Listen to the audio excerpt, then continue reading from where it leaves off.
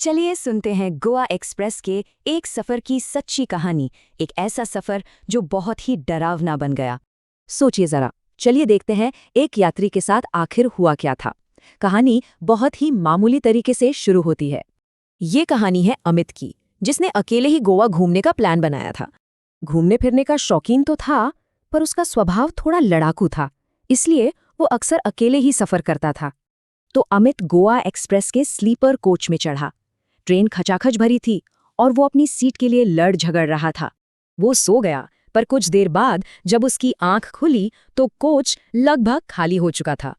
वो कुछ खा ही रहा था कि अचानक उसे शैम्पू की एक बहुत ही अच्छी लेकिन तेज खुशबू आई। और फिर उसने देखा, सामने की सीट पर नीले कुर्ते में एक लड़की बैठी थी। वो बस चुपचाप बैठ गई। और सच में वो लड़की उसे एक अजीब सी मुस्कान के साथ लगातार घूर रही थी। अमित ने पूछा, कहाँ तक जाना है? उसका जवाब था, पिछली बार तो शायद यहीं तक आई थी। इसके बाद अमित फिर सो गया, पर इस बार जब वो जागा तो कोच बिल्कुल खाली था, सिर्फ वो और वो लड़की। अमित उठकर भागना चाहता था, पर जैसे किसी ने उसे सीट पर जकड़ लिया हो, वो हिल भी नहीं पा रहा था। फिर वो लड़की उसके पास आकर बैठ गई, और जब उसका हाथ अमित के हाथ से लगा तो वो बर्फ जैसा ठंडा था। बस अमित का डर हद से बाहर हो गया। उसने जैसे तैसे खुद को छुड़ाया और उस कोच से बाहर भागा।